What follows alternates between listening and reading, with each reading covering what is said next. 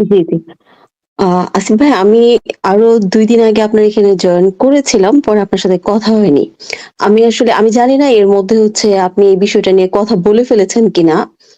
আপনি জানেন যে ওই যে বাংলা একাডেমির বইমেলায় স্যানিটারি ন্যাপকিন নিয়ে একটা ঘটনা ঘটেছে। আ হ্যাঁ, আমি জানি, কিন্তু আমি আসলে কিছু ওই সময়টা আমি ছিলাম না, অনলাইনে ছিলাম না। আমি জানি, সবই শুনেছি, আচ্ছা, কিন্তু এগুলো তো একটার পর একটা ঘটেই যাচ্ছে। এখন কোনটা ছেড়ে যে জি। কোনটা নিয়ে কি বলবো বলেন। জি। আচ্ছা আসিফ ভাই, আমি এটার সাথে হচ্ছে গিয়ে একটু মানে আপনার মতামতও জানতে চাচ্ছি, আর একটু মানে কানেক্ট করতে চাচ্ছি। ধরেন পুরুষদের জন্য তো রাসূল সাল্লাল্লাহু আলাইহি সাল্লাম যা করেছেন সেসব পালন করা সুন্নত। তো উনার বিবি যারা ছিলেন, তো উনারাও হচ্ছে গিয়ে উনাদের মানে জীবন যেভাবে পরিচালিত করেছেন, যেভাবে যা কিছু করেছেন, সেসব ব্যাপারে মানে এখন মুমিনা যারা আছে, মুসলিম নারী যারা আছে, তাদেরও কি ঐসব বিষয়গুলি পালন করা ওইরকম সুন্নতের মতোই কিনা? আমি সেটা একটু জানতে চাচ্ছি। হ্যাঁ, মোহাম্মদের স্ত্রীরা যেই কাজ করেছে তা সেটা তো পালন করা সুন্নত না, কিন্তু নবীর দেখানো পথ। নবী তো যদি অন্য কিছু হতো তাহলে তো নবী তাদেরকে বলে দিত। নবীর যে বিবিরা তারা যেটা করতো, যে পুরনো জি, ন্যাকড়া বাঁধতো সেখানে, অনেক জি, পুরনো ন্যাকড়া সেগুলো বাঁধতো সেখানে, কিন্তু এই ন্যাকড়া বাঁধা যে কত ভয়ঙ্কর মারাত্মক, এটা যে কত জি, বড়, মানে এটার ভিতরে যে কত রোগ জীবাণুর বাসা তৈরি হয়, রোগ জীবাণুর একদম মানে ক্ষেত্র তৈরি হয়, এটা তো ভয়ঙ্কর ব্যাপার হবে। এখন নবী তো জি, কখনো স্যানিটারি ন্যাপকিনের কথা বলে নাই কাউকে, স্যানিটারি ন্যাপকিন জি, ব্যবহার করো, জি, এটা তো সে সময় ছিল না। কিন্তু নবী তো এইটা বলতে পারতো যে তোমরা পরিষ্কার পরিচ্ছন্ন ইয়াটা ব্যবহার করো, কাপড়টা ব্যবহার করো, এবং সেটা ব্যবহার করার পর ফেলে দাও, নতুন কাপড় ব্যবহার জি, করো। যেটা যেটা হচ্ছে গিয়ে বারবার ধুলে কিন্তু ওইখানে যে পরিমাণ মরুভূমির অঞ্চলে যে পরিমাণ পানি পাওয়া যায়, এত ভালো বেশি বেশি বার ধোয়াও কিন্তু আসলে সম্ভব না। সেখানে পানি স্বল্পতা আছে ওই ওই সমস্ত অঞ্চলে। তো এই সমস্ত জি, জায়গায় যেটা করা দরকার সেটা হচ্ছে ওই যে খুব ভালোভাবে ধোয়া এবং কড়া রোদে শুকানো ওই কাপড়টাকে। এই জিনিসগুলোও যদি নবী বলতো তাহলেও একটা কথা ছিল, কিন্তু নবী তো এগুলো কিছু বলে নাই। তাহলে তো ওই পুরনো ন্যাকড়া কাপড় ওগুলোই ব্যবহার করা হচ্ছে মুসলিম নারীদের জন্য, মানে উচিত, মানে ধর্মীয় জি। বিধান হওয়ার কথা। জি, আসিফ ভাই, আমি মোবাইল থেকে জয়েন করেছি, তো আমি আপনাকে সহিহ বুখারীর ৩ টা হাদিস নাম্বার বলছি, ৩১০, ৩১১, ৩১২।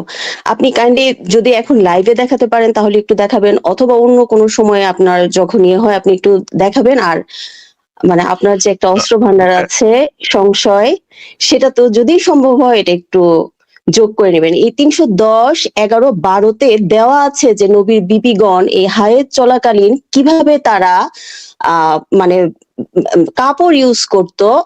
আপনি একটা মোস্ট প্রবাবলি ৩১২ তে দেওয়া আছে যে একটা সিঙ্গেল কাপড় ব্যবহার করত, এবং যখন তারা মনে করতো তখন সেটা তারা আবার হচ্ছে গিয়ে থুতু দিয়ে ভিজিয়ে নিত, এরকম কিছু।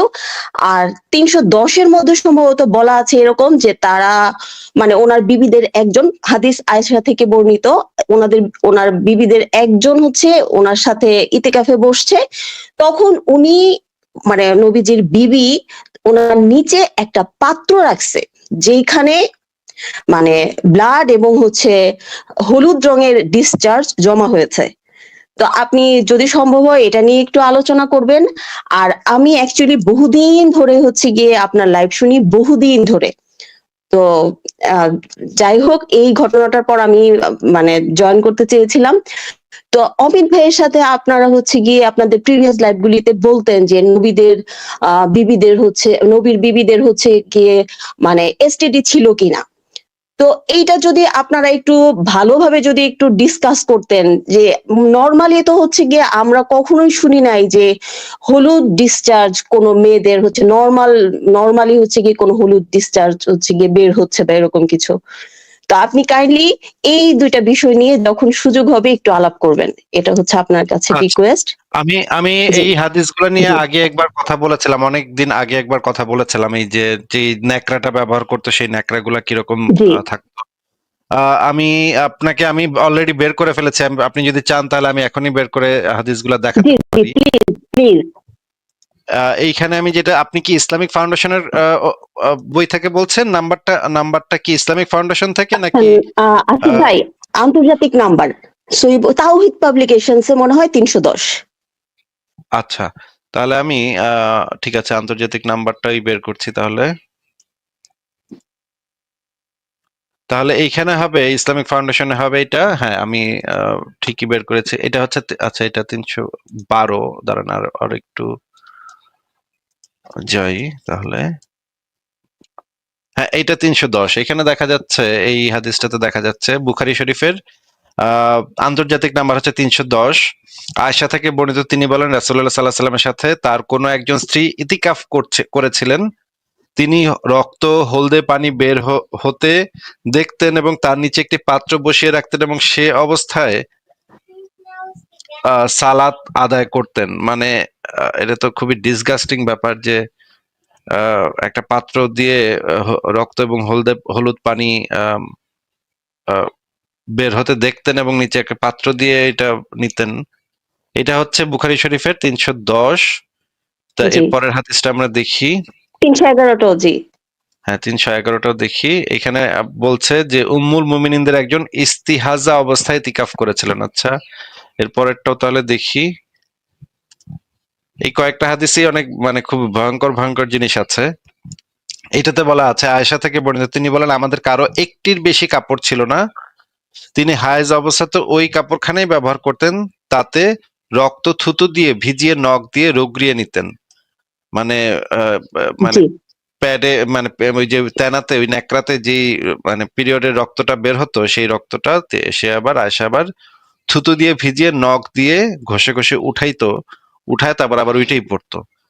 এটা তো খুবই মারাত্মক জি। অবস্থা, এটা তো খুবই মারাত্মক ব্যাপার। এটা তো মানে রোগ এবং জীবাণু পরিষ্কার একদম মানে। পরিচ্ছন্নতা ইমানের অঙ্গ হচ্ছে এই ধর্মের হ্যাঁ। বাণী, সেখানেই তো হচ্ছে আরেক পরিষ্কার পরিচ্ছন্নতার নমুনা। জি, পরেরটা দেখি। পরে পরে যেটা বলা আছে, তবে হায়েস থেকে পবিত্রতার গোছলে আজ ফারের খুশবু মিশ্রিত বস্ত্রখণ্ড ব্যবহারের অনুমতি ছিল। মানে ওইটাতে আবার খুশবু মিশাইতো যেন এত দুর্গন্ধ না হয়। ওইখানে খুশবু মিশানোটা বৈধ করে দিয়েছে, যেন এত গন্ধ বের না হয়। গন্ধ তো বের হবে, বের হওয়ার কথা। ওই খুশবুটা দিয়ে, পারফিউম দিয়ে আর কি খুশবুটা আটকাইতো। তো আরেকটা হাদিসে বলা আছে, রাসূলুল্লাহ সাল্লামকে হায়েজের গোসল সম্পর্কে জিজ্ঞেস করলেন। তিনি তাকে গোসলের নিয়ম বলে দিলেন যে এক টুকরো কস্তুরীর লাগানো ন্যাকড়া দিয়ে পবিত্রতা হাসিল করো। মানে কস্তুরী লাগানো ন্যাকড়া দিয়ে ওই জায়গাটা পরিষ্কার করতে হবে। তারপরে বললেন কিভাবে? রাসূল বললেন তা দিয়ে পবিত্রতা হাসিল করো। মহিলা বললেন কিভাবে? মহিলা বললেন সুবহানাল্লাহ, তা দিয়ে পবিত্রতা হাসিল করো। আয়েশা বললেন, তখন আমি তাকে টেনে আমার কাছে নিয়ে আসলাম এবং বললাম তা দিয়ে রক্তের চিহ্ন বিশেষভাবে মুছে ফেলো। এটা হচ্ছে আরেকটা। পরেরটা দেখি তাহলে। পরেরটাতে কি বলা জি, আছে।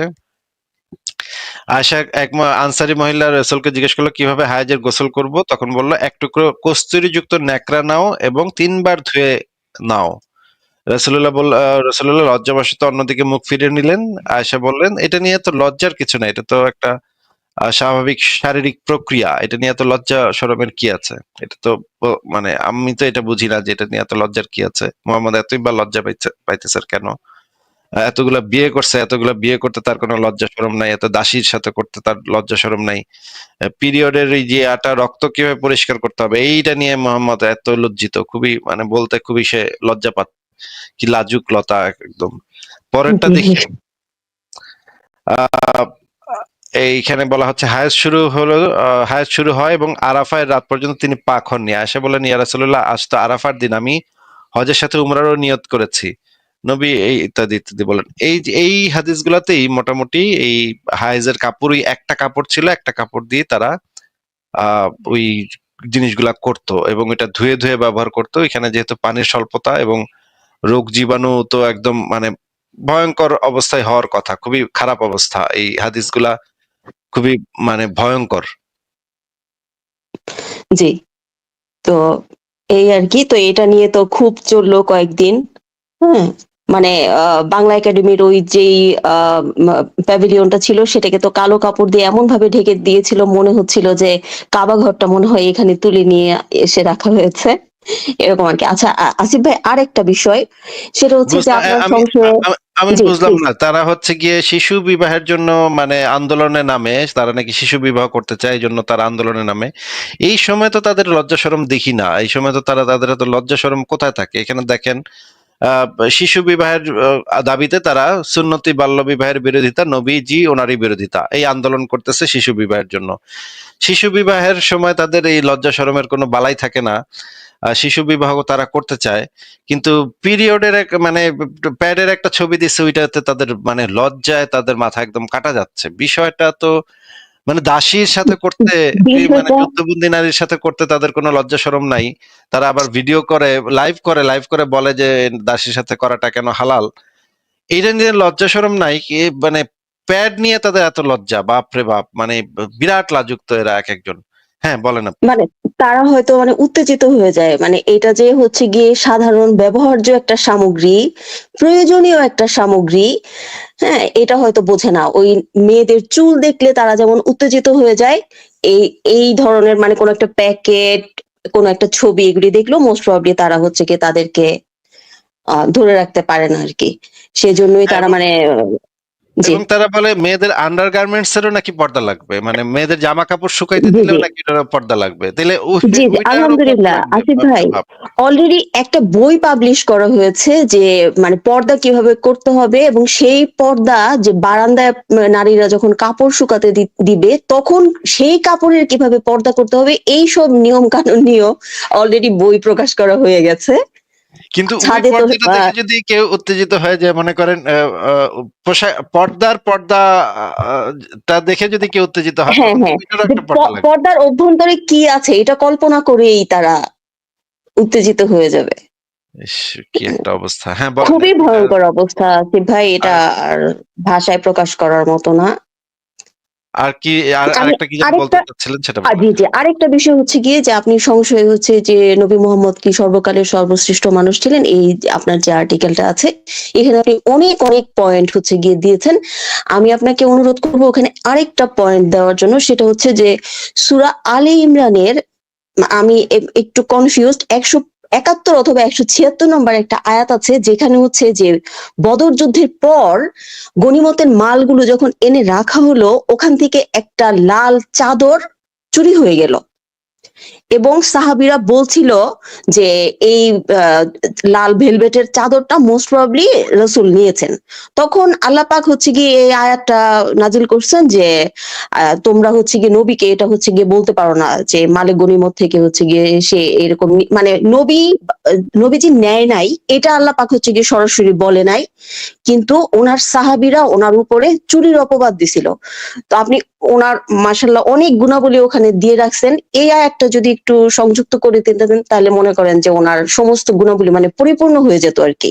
মানে আচ্ছা চুরির আচ্ছা, ঠিক অপবাদ আছে, থেকে থ্যাংক হচ্ছে ইউ। গিয়ে ঠিক আছে, আমি এটা একটু করে দেখবো। আমি এই জিনিসটা শুনেছিলাম, অনেক আগে শুনেছিলাম একবার একটা চাদরের কথা। জি। হ্যাঁ, এবং তো আমি আসলে এটা একটু ইম্পোর্টেন্ট হ্যাঁ, এই জন্যে বলছি আসিফ ভাই, সেটা হচ্ছে যে আমরা তো সাধারণত এখন দেখছি যে কেউ মারা গেলে সাদা কাফনের কাপড় হয়, আর কোনো কিছুই দেওয়া হয় না। হুম? কিন্তু নবীজি একটা হাদিস আছে, আমি এই মুহূর্তে হাদিস নাম্বারটা হচ্ছে গিয়ে মনে করতে পারবো না। সহিহ হাদিস। ওখানে হচ্ছে গিয়ে বলা আছে যে নবীজি যখন মারা গেছেন তখন ওনার কবরের প্রথমে একটা লাল ভেলভেটের চাদর বিছানো হয়েছিল এবং তারপর ওনাকে হচ্ছে গিয়ে মানে রাখা হয়েছিল। তো মানে এই ২ টার মধ্যেও কোনো কানেকশন আছে কিনা এটাও আপনি যদি কখনো খুঁজে পান, হ্যাঁ? যে আচ্ছা যেই আচ্ছা, তাই তো। চাদরটাও হারিয়ে গেছিল সেটা দিয়ে উনাকে দাফন করা হয়েছিল কিনা। এই ২ টা আচ্ছা, বিষয়। ঠিক আছে, খুবই ইম্পর্টেন্ট একটা জিনিস আপনি যা বলেছেন। আমি এই দুইটাই আমি করে দেখবো। দেখি এই জি, বিষয়ে কি কি তথ্য প্রমাণ পাওয়া যায়। অনেক ধন্যবাদ আপনাকে। বা একটা জি চমৎকার আসিফ একটা ভাই, পয়েন্ট আপনি আ দিয়েছেন। হ্যাঁ, আপনি মানে ভালো থাকবেন। আমি আর বেশিক্ষণ থাকবো না। আপনি নিশ্চয়ই ব্যস্ত আছেন এটা তো বুঝি। মাঝে হচ্ছে গিয়ে সিডের ২-১ টা ভিডিও একটু দিবেন। আমাদের দেখতে ভালো লাগে। আর তানির আপুর প্রতিও ভালোবাসা রইলো। আর আপনি যা করছেন মানে আমার ভাষায় মানে প্রকাশ করার মতো না যে আপনি যা করছেন সেটা ইন ফিউচার কি হবে, হ্যাঁ? অনেক শুভকামনা আপনার জন্য। আপনি ভালো থাকেন। সবাই ভালো থাকেন আপনারা। ভালো আপনিও থাকবেন। ভালো থাকবেন। গুড নাইট আপনাকে। Thank you. জি, বাই বাই। আহ, প্রথম থেকে আমি দেখাচ্ছি। প্রথম কোরআনে যেই জিনিসগুলো বলা আছে, এখন কোরআনের আয়াত দেখালে মুমিনরা যেটা করে সেটা হচ্ছে গিয়ে, ভাই আগের আয়াত পরের আয়াত পাশের আয়াত ডাইনের আয়াত বায়ের আয়াত এটা বুঝতে হইব, আগের অন্য আয়াত বুঝতে হইব, সেটা বুঝতে হইব, এটা বুঝতে হইব, অর্থ ভুল আছে, অনুবাদে ভুল আছে, এগুলা করে তারা। হ্যাঁ, এই কারণে আমি সরাসরি হাদিসে চলে যাই এবং সরাসরি তাফসিরে চলে যাই। সেইগুলাতে গেলে পরিষ্কার ভাবে বোঝা যাবে যে এখানে মোহাম্মদ আসলে কি বুঝাইছে বা আল্লাহ কি বুঝাইছে, সেটার একদম পরিষ্কার ব্যাখ্যাটা আমরা পাবো হাদিস, তাফসির এগুলা থেকে। প্রথমে আমি এই হাদিস হাদিসটা দেখাচ্ছি। ভাইয়া, ওয়েট ওয়েট এক মিনিট, এক আপনি মিনিট। হাদিস এবং তাফসীর থেকে একটা দিবেন এবং ওটা ব্যাখ্যা করবেন, তারপরে কোরআনে যাবেন, এই দুইটা নিয়ে আমরা চলে যাব আর কি। আচ্ছা ঠিক আছে, এই হাদিসটা তাহলে একটু পড়ে শোনান তো আমাদেরকে। আপনার বন্ধুকে বলেন পড়ে শোনাইতে, দিলে আমরা শুনি একটু। আচ্ছা ভাই, আপনি একটু যদি পড়তেন আর কি। না না, আপনার বন্ধুকে পড়েন, তাহলে তার সওয়াব আমি হবে, আমার স্ক্রিনশট তো মারছি সওয়াব ফোন হবে। থেকে, তো দেখতে একটু কষ্ট হয়ে যাচ্ছে। ভাই এই যে হাদিস আমি পড়লে তো আমার কোনো সওয়াব নেই, আমি তো সবার নাস্তিক। দরকার নেই, আপনি পড়ে হে শুনতে থাকেন। পড়লে, আমি বাংলা হে পড়লে, ভাই হে পড়লে ওনার পড়তে সওয়াব পারেন না। আছে। হাদিসটা পড়লে ওনার একটা সওয়াব আছে, যে এই হাদিসটা একটা পড়লো, নবীর একটা কথাকে সে অনুসরণ করলো। নবী, কারণ নবী বলেছে তা যদি একটা কথাও, আমার একটা কথাও তোমরা আহ মানে তোমাদের কাছে থাকে, তাহলে সেটা প্রচার করো। উনি এই যে হাদিসটা পড়ে শোনাইলে ওনার প্রচারটাও হয়ে গেল, উনি একটা ভাইয়া সওয়াব আমি বাংলা জানি না, তো আপনি পড়তে পারেন, আপনি একটু প্রচারটা করেন, আমি শুনি। আমি শোনার পর আমি আবার প্রচার করবো, সমস্যা নেই। আপনি কোন দেশের মানুষ? বাংলা পারেন না, কোন দেশের মানুষ? আমি মূর্খ ভাই, বাংলাদেশের লোক কি মূর্খ হতে পারে না? কিন্তু মূর্খ লোকের সাথে তো ভাই আমি কথা বলি না, মানে এটা তো মূর্খ তাহলে লোকের আমার আচ্ছা কথা বলেন, আচ্ছা সমস্যা কি? আচ্ছা, ভাইয়া আমি পড়তেছি আর কি, যাই হোক। আচ্ছা একটু ভালোভাবে কথা বল। আচ্ছা ঠিক আছে। আমি লোকদের বিরুদ্ধে যুদ্ধ করতে আদেশ হয়েছি ততক্ষণ পর্যন্ত না তারা লা ইলাহা ইল্লাল্লাহ বলবে এবং নামাজ আদায় করবে।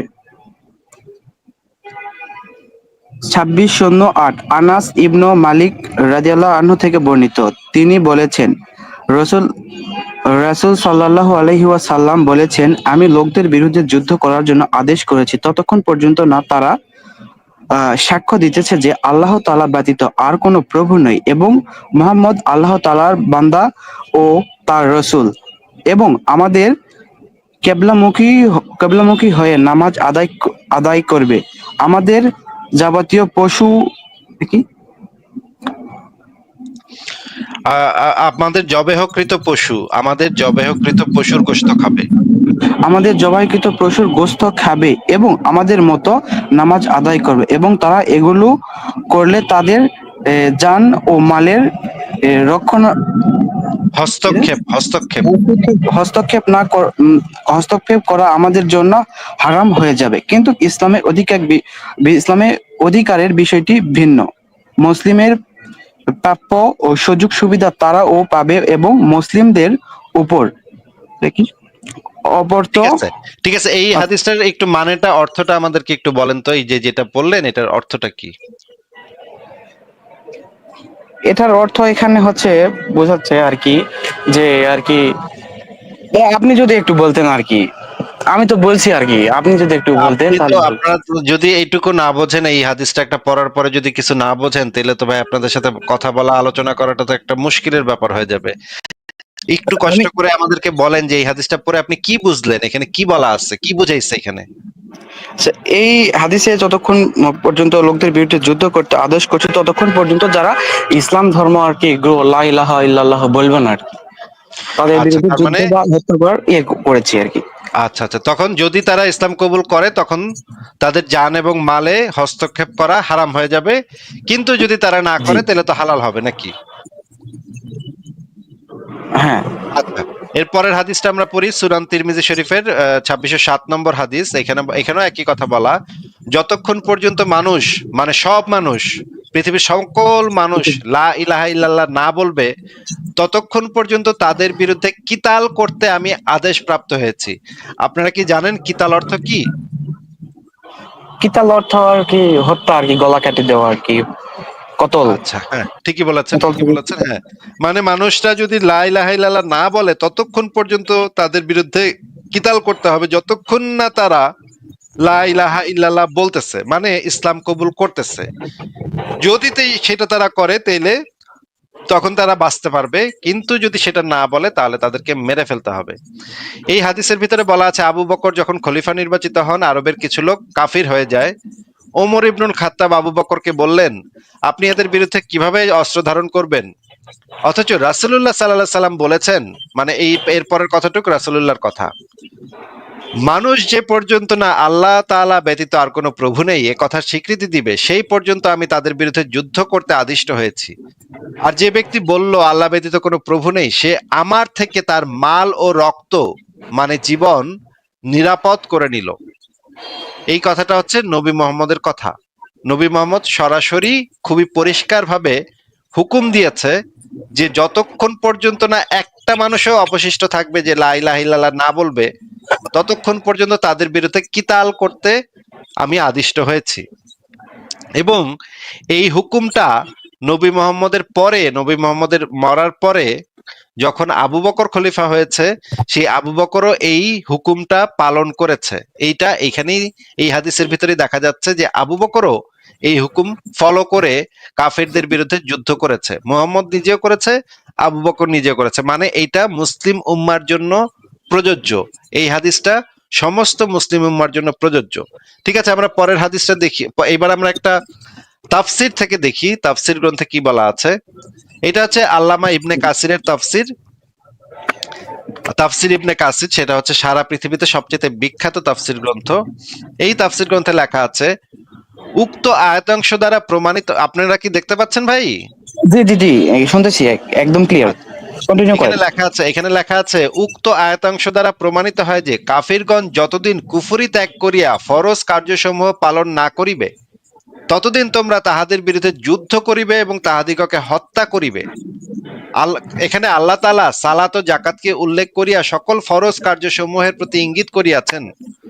অর্থাৎ কাফিরগণ শুধু ঈমান আনিলে ও সালাত কায়েম করিলে আর যাকাত প্রদান করিলেই হত্যা হইতে ক্ষমা পাইবে না, বরং হত্যা হইতে রক্ষা পাইতে হইলে তাহাদিগকে ঈমানের সহিত সকল ফরজ কার্য করিতে হইবে। এই কথাটা তাফসিরে ইবনে কাসির, যেটা সারা পৃথিবীতে সবচেয়ে বিখ্যাত কোরআনের তাফসির, যেটা সমস্ত ইসলামী বিশ্ববিদ্যালয়ে পাঠ্যপুস্তক, এই বইটা না পড়লে ইসলাম সম্পর্কে, কোরআন সম্পর্কে ভালোভাবে বোঝাই সম্ভব না। এই বইটা এত গুরুত্বপূর্ণ, এই কারণে সমস্ত আলেম এই বইটা আপনাদেরকে বলবে যে তাফসির ইবনে কাসির, কোরআনকে ভালোভাবে বুঝতে হলে তাফসির ইবনে কাসির পড়বেন। এই বইটাতে এই জিনিসটা লেখা, বলা তাফসীর। ঠিক আছে। এরপরে আমি আরো বের করছি, আরো তাফসির বের করছি। এই তাফসির ইবনে কাসিরে আরো একটা জিনিস লেখা আছে সূরা তওবার, মানে ব্যাখ্যায় তাফসিরে যেটা বলা আছে, এখানে লেখা যে অর্থাৎ তোমাদেরকে শুধু এই অনুমতি দেয়া হচ্ছে না যে তাদেরকে সামনে পেয়ে গেলে তাদের সাথে যুদ্ধ করবে, বরং তোমাদের জন্য এই অনুমতিও রয়েছে যে তোমরা নিজেদের পক্ষ থেকে তাদের উপর আক্রমণ চালাবে, তাদের পথরোধ করে দাঁড়াবে এবং তাদেরকে ইসলাম গ্রহণ করতে অথবা যুদ্ধ করতে বাধ্য করবে। এই জন্যই আল্লাহ পাক বলেন, যদি তারা তওবা করো তো নামাজ প্রতিষ্ঠা করে এবং যাকাত প্রদান করে তবে তাদের রাস্তা খুলে দেবে এবং তাদের উপর থেকে সংকীর্ণতা উঠিয়ে নিবে। এই আয়াতকে দলিল এখানে হিসেবে গ্রহণ ভাইয়া, করেই, এখানে হ্যাঁ তো বলেন। তাও, এখানে তো তাদের হচ্ছে ফোর্স করা হচ্ছে যে ধর্মের প্রতি বিশ্বাস নিয়ে আসার জন্য আর কি। হ্যাঁ, ফোর্স করা হচ্ছে।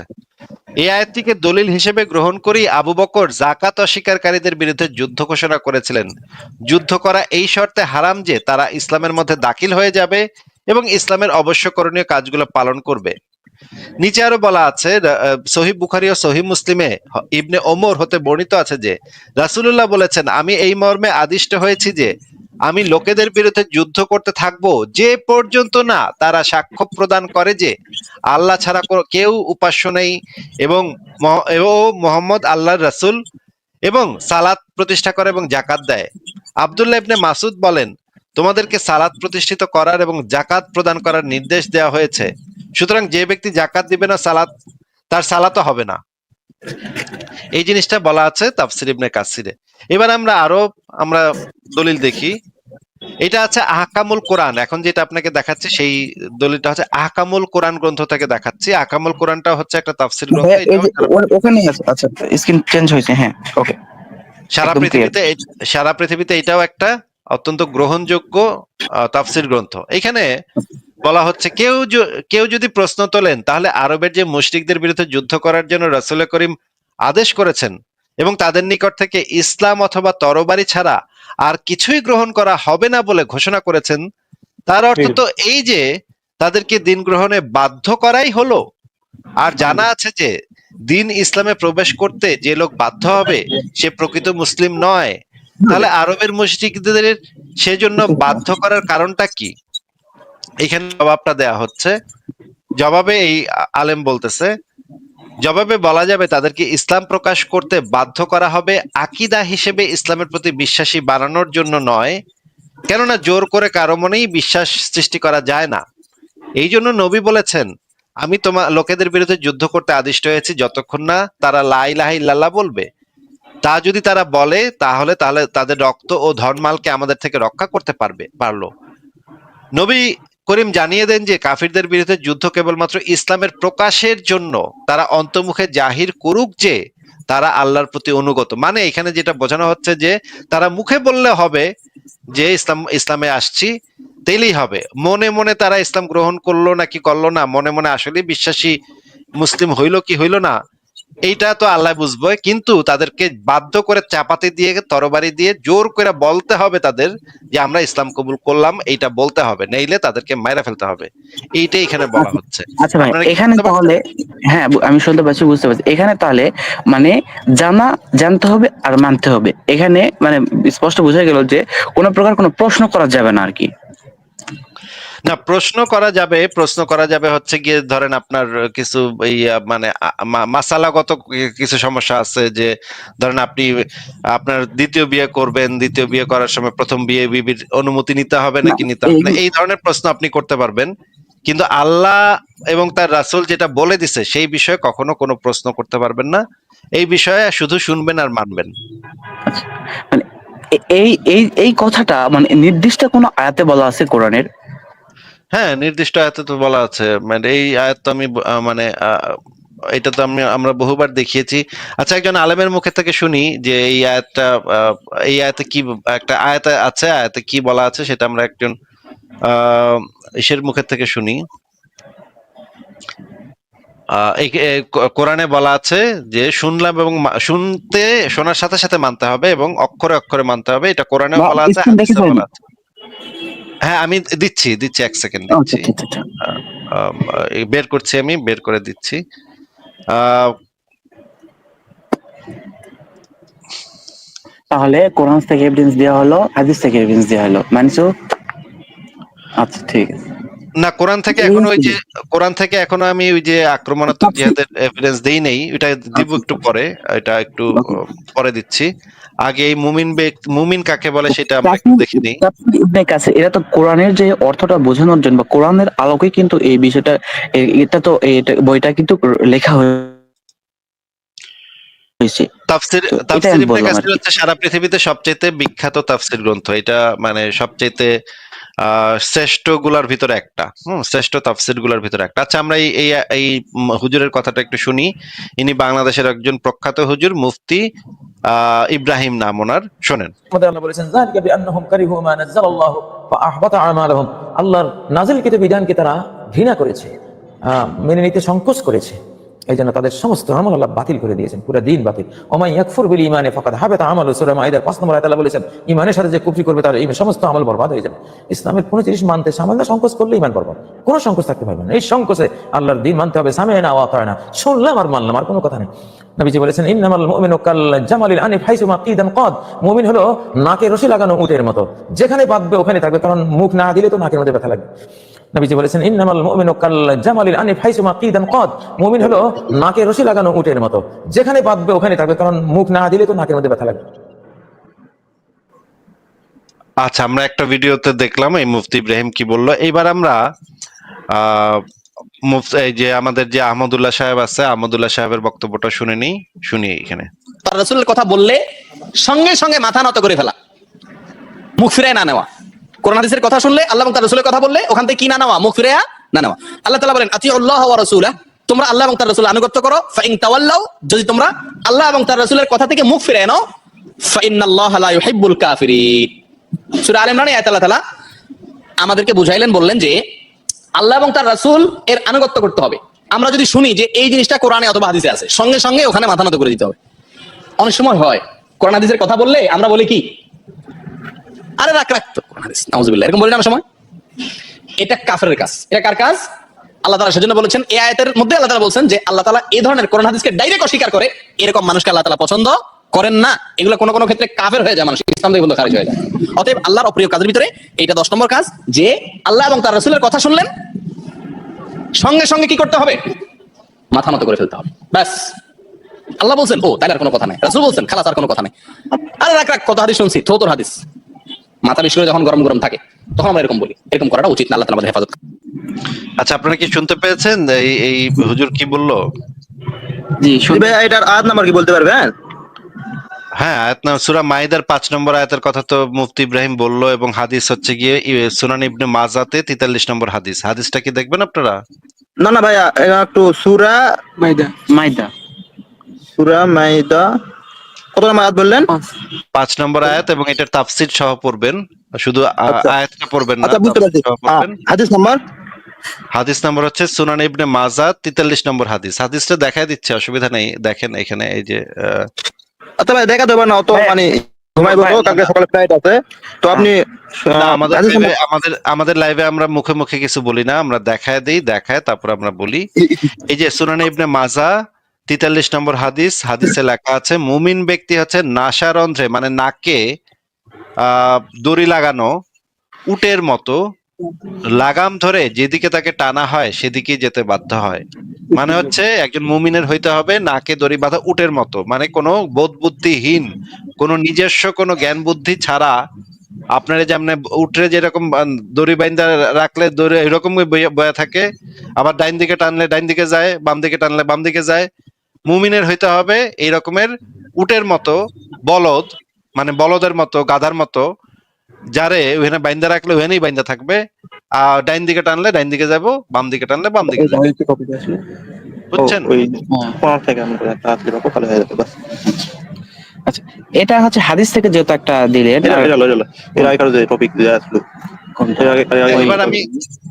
এবার আরেকটা জিনিস দেখানোর কথা ছিল, যেটা বলতেছিলাম, যে কোরআনে যে জিনিসগুলো আছে, কোরআনে যে আকর্ষণীয় এদের অনেকগুলো আয়াত আছে, সেগুলো দেখা দিচ্ছি, সেগুলো দেখলে আপনারা খুব, এবং নিরস্ত্র কাফেরদের হচ্ছে পিছন দিক দিয়ে আক্রমণ, এবং শিশুদের হচ্ছে লিঙ্ক চেক করে যে এই হত্যার, যেটা হচ্ছে প্রফেট মুহাম্মদ সাল্লাল্লাহু আলাইহি ওয়াসাল্লাম করেছিল, আর কি। ওগুলো প্রত্যেকটা দেখতে চাইলে প্রত্যেকটাই আমরা দেখাতে পারবো, কিন্তু এটার জন্য তো সময় লাগবে। বা এক একটা হাদিস বের করতে, কোরআনের আয়াত পড়তেও তো, হাদিস বের করতেও তো একটু সময় লাগে। আমি আপনাদেরকে একটা একটা করে বের করে দেখাচ্ছি, আপনারা দেখেন কতক্ষণ পর্যন্ত আপনারা দেখতে পারেন, দেখেন।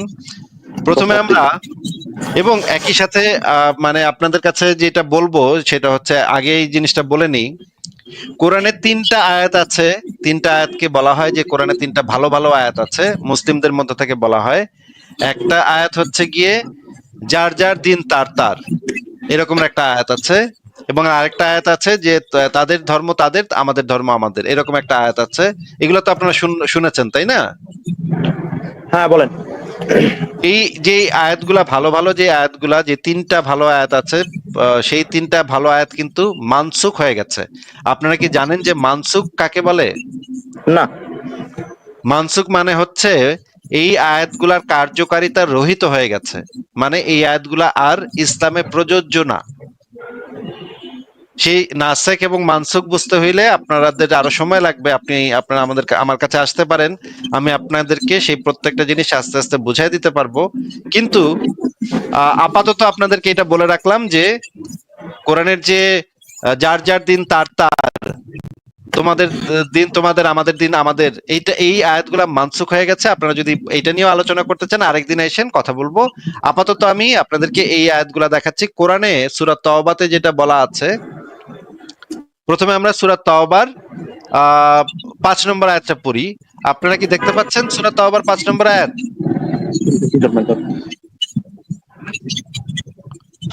জি জি, দেখতে পাচ্ছি। আমি আপনারা কি দেখতে পাচ্ছেন? আচ্ছা, আমরা আল বায়ান ফাউন্ডেশনের অনুবাদটা পড়ি। অতঃপর যখন নিষিদ্ধ মাস অতিবাহিত হয়ে যাবে, তখন তোমরা মুশরিকদেরকে যেখানেই পাও হত্যা করো, এবং তাদেরকে পাকড়াও করো, তাদেরকে অবরোধ করো এবং তাদের জন্য প্রতিটি ঘাঁটিতে বসে থাকো। এই নিষিদ্ধ মাস বলতে কি বোঝাচ্ছে ভাইয়া? আচ্ছা নিষিদ্ধ ভাই, মাস মানে বুঝতে হবে তো, হচ্ছে এই নিষিদ্ধ মাস বলতে কি বোঝাচ্ছে? নিষিদ্ধ মাস হচ্ছে মক্কাতে কয়েকটা মাসে যুদ্ধ করা নিষিদ্ধ ছিল একটা সময়, বা এখনো আছে। কয়েকটা মাস যুদ্ধ করা নিষিদ্ধ ছিল। ওই নিষিদ্ধ মাসগুলা 4 মাস। ওই মাসগুলাতে তারা যুদ্ধ টুদ্ধ করতো না, তারা শান্তিপূর্ণভাবে থাকতো। এই কারণে ওই মাসগুলা যদি অতিবাহিত হয়ে যায়, তারপরে মুশরিকদেরকে ওই মাসগুলো অতিবাহিত হয়ে যাওয়ার পরেই মুশরিকদেরকে কোপানো শুরু হবে, একদম ঘোষণা দিয়ে কোপানো শুরু হবে যে ওই মাসের ডেট যেদিন শেষ হবে সেদিনই তোরদের কোপামু। এইটা আল্লাহ পাক ঘোষণা করে দিছে। ও আচ্ছা আচ্ছা, আল্লাহ পাকের বসে অনেক দয়া ভাই। হ্যাঁ, অনেক দয়া, এই কারণেই তো। এরপরে আরেকটা আয়াত পড়ি আমরা। এরপরের আয়াতটা হচ্ছে সূরা আনফালের 39 নম্বর আয়াত। এখানে যেটা বলা আছে, আর তাদের বিরুদ্ধে জিহাদ করতে থাকো, তাদের বিরুদ্ধে লড়াই করতে থাকবে যতক্ষণ না ফিতনার অবসান হয় এবং দিন পূর্ণরূপে আল্লাহর জন্য হয়ে যায়। দেখা যাচ্ছে ভাই? জি জি, দেখা যাচ্ছে। তা ফিতনা এটা আর একটু যদি সহজ করে বলতেন। ফিতনা মানে হচ্ছে আল্লাহ বিরোধী যে যাবতীয় কাজই হচ্ছে ফিতনা। আল্লাহ এবং রাসূলের বিরুদ্ধে যাবতীয় কাজ, মনে করেন নাচ গান, তারপরে হচ্ছে গিয়ে নাচ গানও ফিতনার অন্তর্ভুক্ত। তারপরে হচ্ছে কি শিরক করা, শিরক করা হচ্ছে সবচেয়ে বড় ফিতনা। মানে হচ্ছে আপনি যদি মূর্তি পূজা করেন, সেটা হচ্ছে সর্বোচ্চ ফিতনা, ফিতনার ভিতরে সবচেয়ে বড় ফিতনা।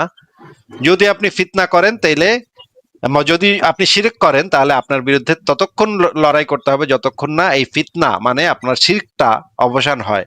মানে আপনার মূর্তি টুর্তি ভাইঙ্গা, আপনি যদি হিন্দু হন, আপনার মন্দির ভাইঙ্গা, আপনার মূর্তি ভাইঙ্গা গুড়ি গুড়ি করতে হবে এবং এই ফিতনার অবসান ঘটাইতে হবে এবং ওইখানে আল্লাহর হুকুম কায়েম করতে হবে। এটাই এই আয়াতে বলা আছে। আচ্ছা আচ্ছা ভাইয়া, দয়ার আল্লাহ কখনো বলতেছে যার যার ধর্ম তার তার, আবার কখনো বলতেছে ফিতনা করতে হবে, মানে বিষয়টা খুবই মানে হাস্যকর না? না, সেই জন্যই বলে দিয়েছি ওই যে যার যার দিন তার তার, এটা যেটা যে আয়াতে বলা আছে ওই আয়াতটা মানসুখ মানে রহিত হয়ে গেছে। ওই আয়াতের আর কোনো কার্যকারিতা নাই, ওইটা এখন আর অ্যাপ্লিকেবল না। ওইটা আপনি ইসলামে ওই আয়াত আয়াত মানসুখ হয়ে গেছে ভাইয়া, এটা যদি মানে কাউকে যদি বলে আয়াত মানসুখ হয়ে গেছে, আয়াত মানে হয়তো যেহেতু বাতিল আর কি, তাহলে এটা তো মানে কোরআনের আয়াত বাতিলের তো মানে সহজে মানে মানতে চাবে না আর কি। না না, বাতিল হয়ে যায় নাই, রহিত হয়ে গেছে। মানে ওইটার মানে কার্যকারিতা নাই আর। হ্যাঁ, মানে আপনি ওইটা অ্যাপ্লাই করতে পারবেন না, আইন হিসেবে অ্যাপ্লাই করতে পারবেন না। আচ্ছা আচ্ছা আচ্ছা। ঠিক আছে? কিন্তু ওইটা আছে, কোরআনের আয়াতে আছে, কোরআনের ভিতরে আছে, কিন্তু এটা কোরআন থেকে নাই হয়ে যায় নাই, ওইটা কোরআনে আছে। কিন্তু ওইটা দিয়ে আপনি কোনো বিধান তৈরি করতে পারবেন না, ইসলামের কোনো বিধান। আচ্ছা ভাইয়া, আপনার কাছে ভাইয়া একটা প্রশ্ন করবো, মানে মুসলমান হিসাবে, মানে মুসলমানের যে মানে নৈতিকতা আছে সেই হিসাবে একটা উত্তর দিবেন, তার প্রশ্ন করতাম। আমি তো এই আয়াতগুলো দেখাইনি, তারপর প্রশ্নটা করেন। আমি তো কয়েকটা আয়াত দেখাবো, আমি এই জন্য বের করছি। আচ্ছা একটু তাড়াতাড়ি করেন, বললাম তো ঘুমাবো, মানে তাড়াতাড়ি দেখে একটু করতে পারবো না ভাই, তাড়াতাড়ি করতে পারবো না ভাই, এইটা তো সময় লাগবে বলে। আচ্ছা দেখেন সমস্যা নেই। এরপরে আরেকটা আয়াতে বলা আছে, ফিতনা দূরীভূত না হওয়া পর্যন্ত এবং দিন আল্লাহর জন্য নির্ধারিত না হওয়া পর্যন্ত তাদের বিরুদ্ধে যুদ্ধ করো। মানে আল্লাহ পাক হুকুম দিচ্ছে, আর তোমরা তাদের বিরুদ্ধে যুদ্ধ করতে থাকবে যতক্ষণ না ফিতনা চূড়ান্ত ভাবে দূরীভূত না হয় এবং দিন একমাত্র আল্লাহর জন্য হয়ে যায়। মানে পৃথিবীর সমস্ত মানুষ যতক্ষণ পর্যন্ত না একমাত্র আল্লাহর ইবাদত করবে ততক্ষণ পর্যন্ত তাদের বিরুদ্ধে যুদ্ধ জারি রাখতে হবে, তাদের যুদ্ধ চালায় যেতে হবে। এইটাও কোরআনে বলা আছে। কোরআনে আরেকটা আয়াত আছে, সূরা তাওবার 29 নম্বর আয়াতে বলা আছে,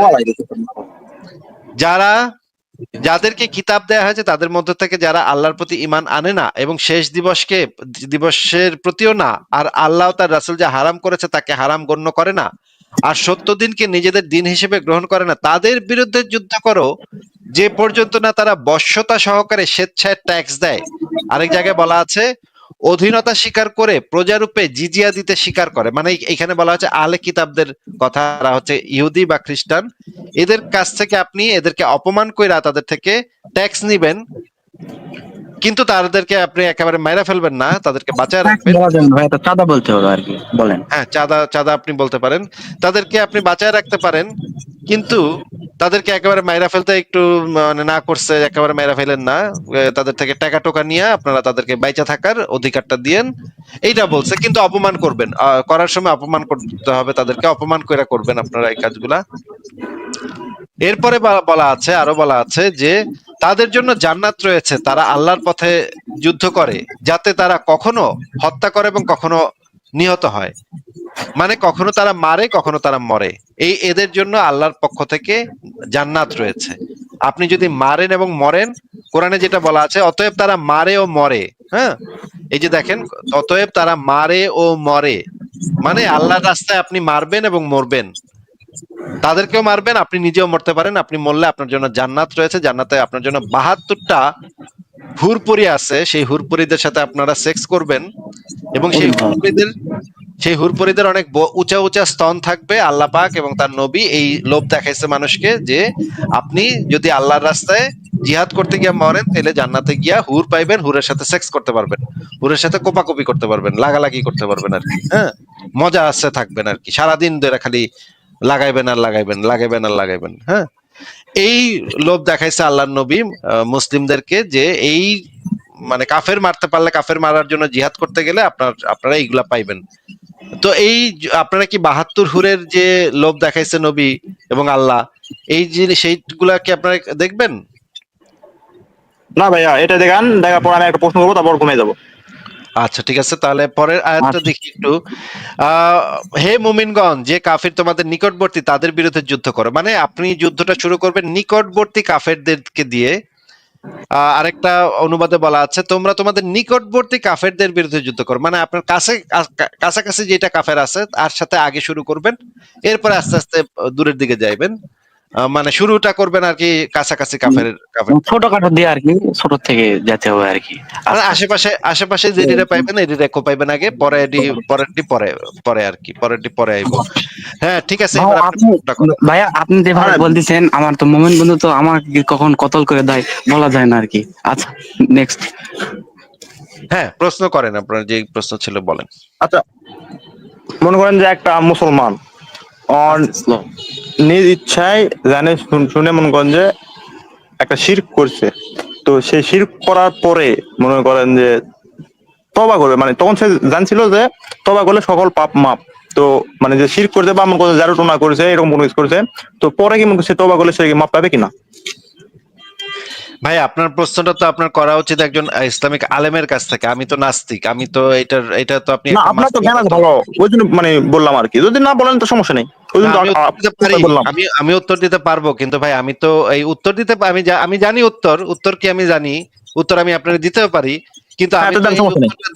কিন্তু আমি তো এই উত্তরটা দেওয়ার মতো আমার মানে সার্টিফিকেট নাই, হ্যাঁ, আমার একটা মুফতি সার্টিফিকেট দরকার, যেটা থাকলে আমি আপনার এই উত্তরটা দিতে পারতাম। আমি আপনার উত্তরটা দিতেছি, কিন্তু আমি কিন্তু কোনো মুফতি না, এটা আপনাকে আগে জানা রাখলাম, কারণ এই ধরনের প্রশ্নের উত্তর ইসলাম অনুসারে শুধুমাত্র মুফতিরা দিতে পারে, অন্য কেউ এই ধরনের প্রশ্নের উত্তর দিতে পারে না, তারা অ্যালাউড না, হ্যাঁ, যাদের এই মুফতি সার্টিফিকেট নাই তারা এই উত্তর দিতে অ্যালাউড না। আমি আপনার উত্তর দিতেছি, আপনি যদি যাই না শুই না শিরক করেন এবং পরে যদি আপনি তওবা করেন, তাহলে সেই জিনিসটা একসেপ্টেড না হওয়ার সম্ভাবনাই বেশি, কারণ যাই না শুই না আপনি করছেন, যাই না শুই না আপনি শিরক করছেন, এই যদি না যাই না করতেন তাহলে একটা কথা ছিল, কিন্তু যদি যাই না শুই না করেন, তবে আপনি যদি এইটা আপনার জানা থাকতে হবে যে এটা শিরক করতেছেন, সেইটা জানা থাকলে আপনার ক্ষমা, আপনার তওবা একসেপ্টেড হবে না। কিন্তু যদি আপনি না যাই না করেন যে এটা যে শিরক, এটা আপনি জানতেনই না বা ইসলাম আপনি বিশ্বাসই করতেন না আগে, তাইলে আপনার তওবাটা কবুল হবে, কবুল হতে কোনো সমস্যা নেই। আচ্ছা, তো মনে করে সে জানে যে মানে এই কাজটা শিরক, কিন্তু তওবা করলে মাফ হবে, সেই অবস্থায় এই অবস্থায় মানে সম্ভাবনা বেশি যে আপনার তওবা কবুল হবে না, যে কারণ আপনি জাইনা শুনা করছেন, কাজটা জাইনা শুনা করছেন। আচ্ছা ভাই, থ্যাংক ইউ বলার জন্য।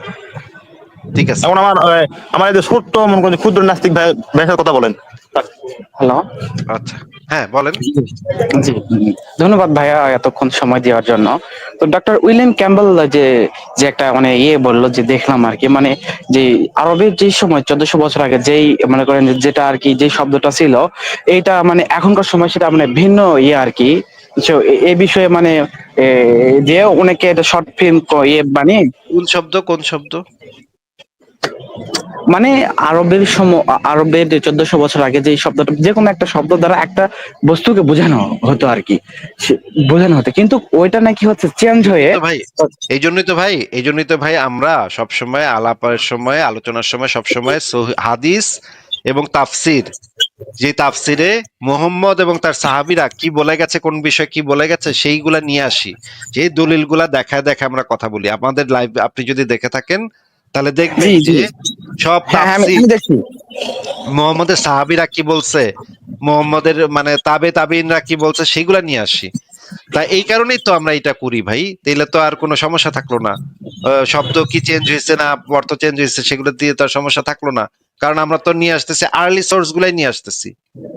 হ্যাঁ হ্যাঁ, এটা অবশ্য আপনার ভ্যালিড রিজন আর কি, যেহেতু সেই সময়কার যারা হচ্ছে লেখক ছিল, তাদের লেখার আর কি, বলার আর কি, এভিডেন্স গুলো আর কি। হ্যাঁ ঠিক আছে, আর কি কিছু বলবেন? না ভাইয়া, ধন্যবাদ আর কি আপনাকে এতক্ষণ সময় দেওয়ার জন্য আমাদের। থ্যাংক ইউ ভাইয়া, ভালো থাকেন। আচ্ছা ঠিক আছে, আপনিও ভালো থাকেন। পরবর্তীতে আবার যুক্ত হবে, কথা হবে। ওকে। ঠিক আছে, তাহলে বিদায় জানাচ্ছি, ভালো থাকেন আপনারা।